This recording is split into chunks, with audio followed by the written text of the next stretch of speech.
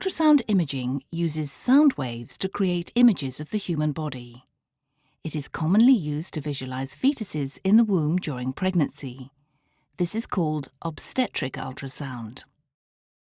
Sound is produced by the vibration of molecules within a medium, such as air or water.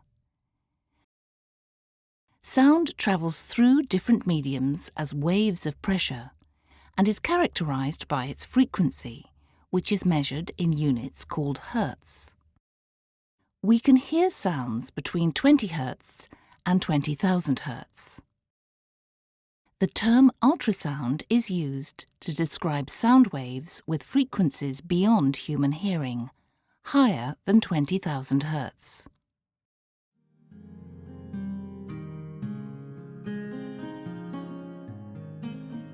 An ultrasound machine consists of a probe connected to a scanner unit, which provides controls and displays the images. Inside the probe, there are quartz crystals called piezoelectric crystals.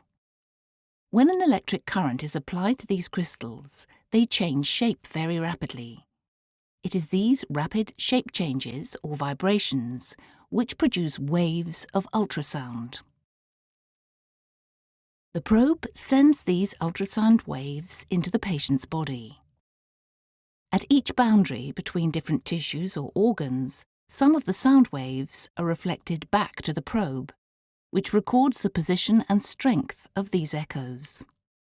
The scanner unit combines this information to create an image of the boundaries of the different tissues and organs which the sound waves are being reflected from. The ultrasound machine calculates the depth of each boundary by measuring the time taken for each reflected wave to return. The deeper the layer, the longer it takes for each signal to return. Fluids, such as blood, urine, or the amniotic fluid inside a woman's womb, do not reflect the sound waves and are generally seen as black in the image. In obstetric ultrasound, the amniotic fluid provides an acoustic window, which allows the other tissues to be clearly displayed.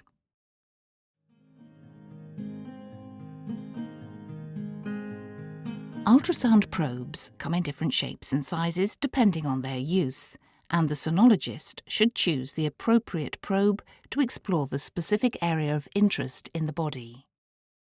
Different probes also produce different frequencies of ultrasound. Probes using higher frequency ultrasound produce a very precise image, but are limited by the depth they are able to penetrate, while lower frequency probes allow for deeper penetration at the cost of a lower resolution image. The shape of the image displayed by the ultrasound machine depends on the arrangement of the piezoelectric crystals within the probe.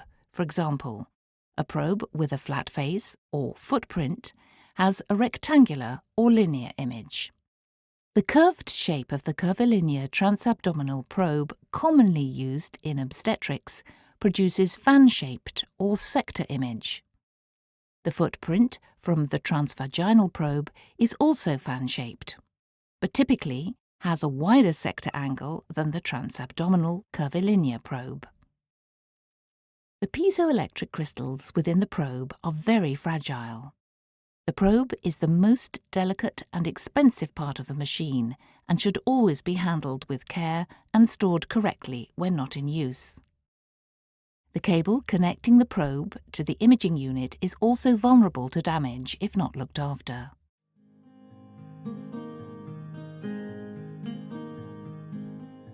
Ultrasound machines are able to record the movement of fluids within the body by making use of something called the Doppler effect.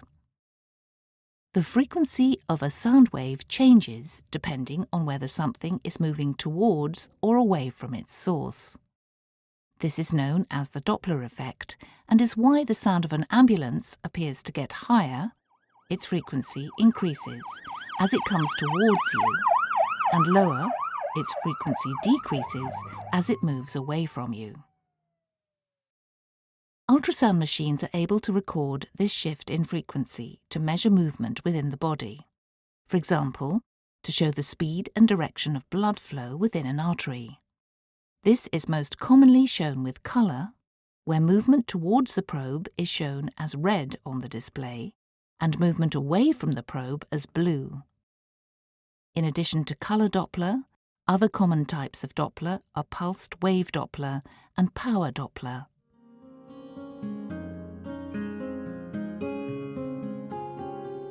Ultrasound scanner units come in a wide range of shapes and sizes, but all have the same basic controls.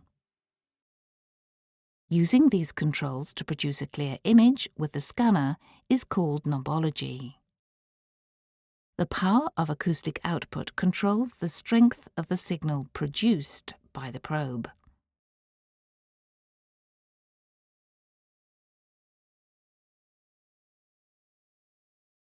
Overall gain controls how much the overall signal received by the probe is amplified, like turning up the volume on a stereo.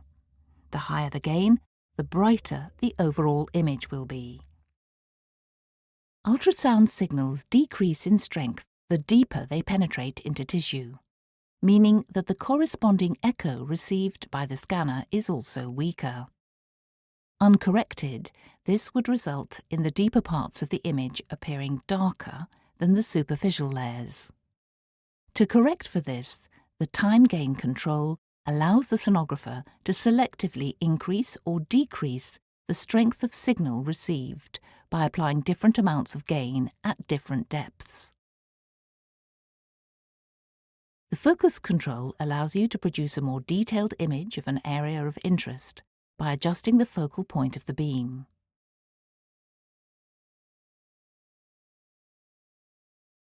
The depth control defines the depth of visible area shown in the image. In order to optimize the image resolution, it is important to make sure that the depth selected matches the area of interest. The field of view controls the width of the image. The narrower the field of view, the better the resolution of the image.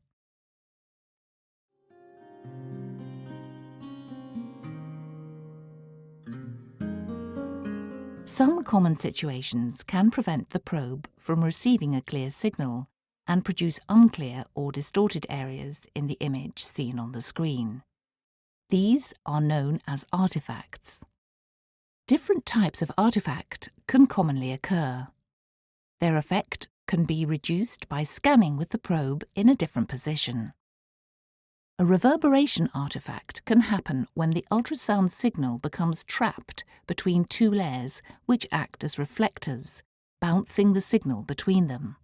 This results in the reverberation echo appearing to be a falsely deeper structure, since the returning echo takes longer to return to the probe.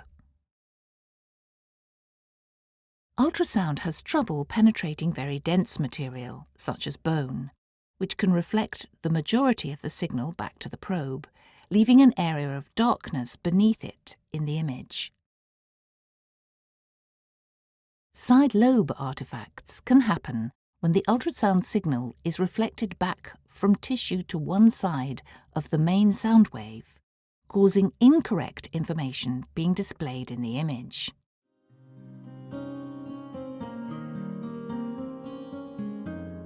Although ultrasound sonography is a safe and effective imaging technique, it can cause harm if carried out incorrectly. The vibrations created by sound waves causes heat to build up in human tissue.